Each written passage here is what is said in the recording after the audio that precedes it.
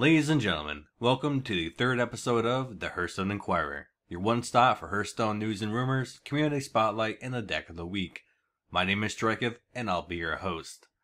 This week in the news, our topics include prominent Hearthstone streamer Applejack diagnosed with skin cancer, Windows 8 stability issues causing grief for Hearthstone players, dispute between former Morpher Gaming employee Jordan Chabu halts Soulfire Masters tournament, and a release of the Naxxramas Construct Order. Cancer has become more and more of an issue as years go on. It seems like nearly every week, someone we know or love is announcing to the world that, yes, they too have cancer. Many forms of cancer have no cure currently, and the treatments for cancer are often damaging to the body, leaving the patient in worse health than before the treatment even began. It's with a heavy heart this week that we found out that Applejack, a popular and upbeat Hearthstone streamer, has contracted melanoma, which is the most dangerous form of skin cancer. This news shocked his fans, as Applejack is in amazing physical health, is always full of spirit and vitality when he streams, and is still quite young at only 25 years old.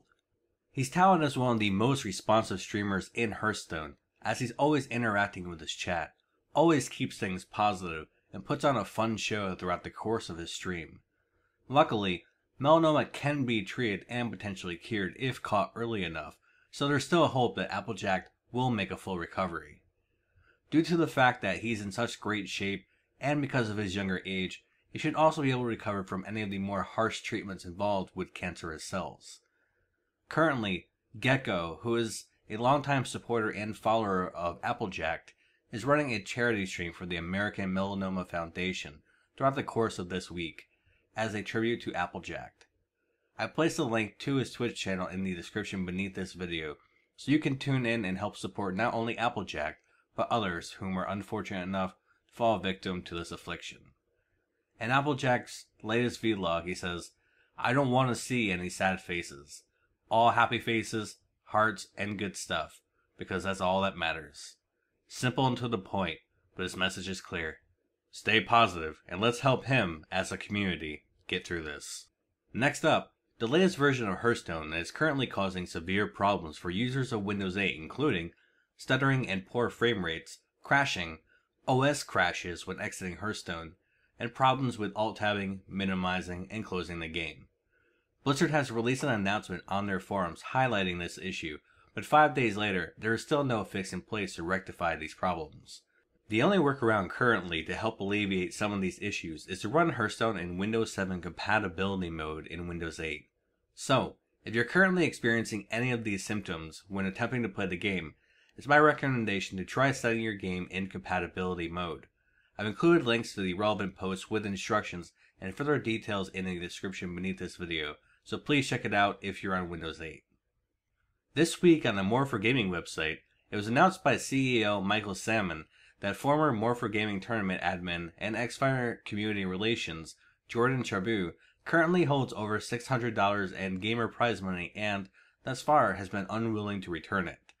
Since the Soulfire Masters tournament, run by Morpher Gaming, has utilized this platform up until now, this has caused high tensions between the two. Unfortunately, until the situation is resolved and Morpher Gaming has migrated to a new tournament platform, the Soulfire Masters tournament will be on hold. This means that players whom were participating in the weekly events in order to earn points towards the eventual $10,000 tournament later this year will be unable to do so until the situation has been resolved. No mention of reimbursement for tournament winners has been made by Morpher Gaming yet, so if you are one of the winners and have not yet received your payment, it's recommended that you contact Morpher Gaming for further details. A link to the announcement can be found in the description beneath this video. It's my hope that the situation can be resolved peacefully and for the money distributed to the players that earned it. It's situations like this which tend to give esports a bad name, and Xfire's credibility as a platform can be called into question by their continued support of their employee whom is currently holding player-earned money for himself. No comments were available on the situation from Mr. Chabu at the time of this recording. This week in Naxxramas, the Construct Order was released. Excitement levels are an all-time high, especially for Priest players, as a long-awaited card has finally been released, Zombie Chow. While at first glance it may look terrible due to the death rattle, the potential for this card is massive, especially when comboed with cards like Akanai's Soul Priest. Other cards released this week are Death's Bite, a warrior weapon with 4 attack and 2 durability which does 1 damage to all minions on the board when its charges are exhausted. This is the only weapon with a death rattle in the game, and it should thrill players who gravitate towards both Enrage or Control Warrior builds. Next is the Dark Cultist, a 3-cost 3/4 which gives a friendly minion +3 health when it dies. This is a massive card for priests whom, up until recently, was the least popular class for a good reason. The combinations and potential for this card are massive, and it is easily the best 3-drop minion in the game. Expect to see a resurgence of Priest, both on the ladder and in competitive play this week, as a result. Our next card is Undertaker, a 1-cost 1/2 who gains +1/+1 for each minion with Death Rattle summoned onto the board. This card has the same stats as the Haunted Creeper for 1 mana less, and it can be heavily buffed. While it is vulnerable to silence and early game removal, this is still a fairly interesting card. Expect to see a large number of Zoo and aggro players experimenting with this card, as they typically run cards such as Nerubian Egg, Haunted Creeper, and so on already. The last 2 cards this week are Mad Scientist and Wailing Soul. Mad Scientist is a 2-cost 2/2 that puts a random secret from your deck onto the battlefield when it dies. This card combos extremely well with Mage and Paladin, so it's going to be interesting to see how this works in actual play.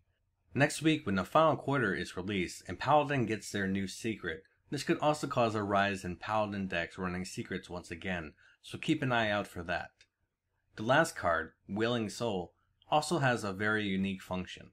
It's a 4-cost 3/5, which actually silences all of your own minions when it's played.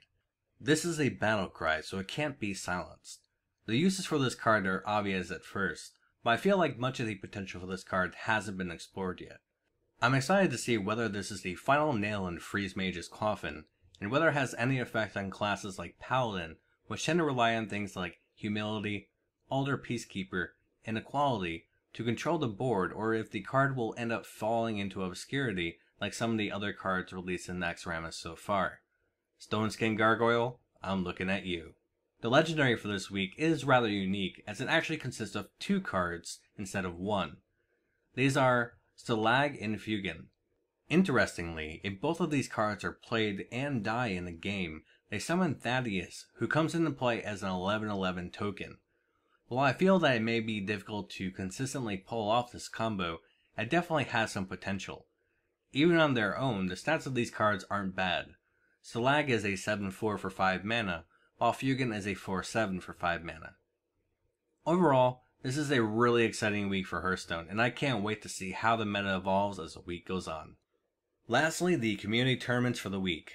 As always, these tournaments can potentially win you a seat in the BlizzCon qualifiers, so if you're interested in making it to the pros, then these tournaments are your best bet for doing so. Also, please note that the Soulfire tournaments will be excluded this week due to the ongoing problems between More4 Gaming and Xfire. Today, August 13th, includes the National ESL Preseason Cup number 54, which starts at 5 p.m. PDT, 8 p.m. EDT. On Saturday, August 16th, you'll find the Zotac Hearthstone NA Cup number 29, beginning at 3 p.m. PDT, 6 p.m. EDT. The Zotac Hearthstone EU Cup number 29, starting at 1400 CEST, and the Top Deck EU number 34, which begins at 1 p.m. UTC -4. Sunday, August 17th, you'll find the National ESL Preseason Cup number 55, beginning at 3 p.m. PDT, 6 p.m. EDT, and the TT Esports Summer Challenge Cup number 12 at 1600 CEST. As always, links to these tournaments can be found in the description beneath this video, so if you're interested in participating, please make sure you sign up as soon as possible so you don't miss out. And that wraps up the news for this week. So without further ado, let's take a look at our Community Spotlight member for this week. This week, we're taking a look at a Hearthstone player who is not only known for his innovation in the game, but also for his dedication to his fans. Extremely verbose, clear, and concise whenever he's streaming, he's one of the best streamers you can watch to learn the game. He's ranked well in several tournaments, recently coming in second after a long and grueling final set of matches against a Maz and on top of all of this, he also provides Hearthstone coaching for a nominal fee. Ladies and gentlemen, I present you Reels. For Reels, it all started in World of Warcraft, where he spent years as a prominent professional player in the 3v3 arena tournaments. He resides on Managrind currently, who up until recently hasn't been much of a competitive team, has won 4 live tournaments, and has even made it all the way to BlizzCon. Despite all of these achievements, Reels remains a lower key member of the Hearthstone society. He doesn't get involved in drama, he runs a calm and relaxing stream, and his knowledge and foresight are indispensable even to seasoned Hearthstone players. While you may not always agree with his plays, I guarantee you'll always understand why he made them. Whether you're new to Hearthstone or a veteran player, I recommend stopping by and checking out his stream. Give him a follow and maybe even a subscription if you like what you see. He often streams later at night, but he'll stream for a solid 6 to 8 hours or more in one sitting, so there's certainly plenty of opportunities to check him out. As per usual, the link to his stream can be found in the description beneath this video. And finally, we find ourselves at the Deck of the Week. Each week, I look at what deck builders in the Hearthstone community manage to come up with, try them out, and eventually select a deck that is both unique and fun. This week, we're taking a look at the Army of Barkness deck by The Query on Hearthstone.com. No, that's not a typo. This is a Druid deck, folks, and it actually utilizes Soul of the Forest. The way the deck works is similar to Zoo in many ways, and it's incredibly cheap at only 1,000 dust. So pretty much anyone can just pick this deck up and have at it.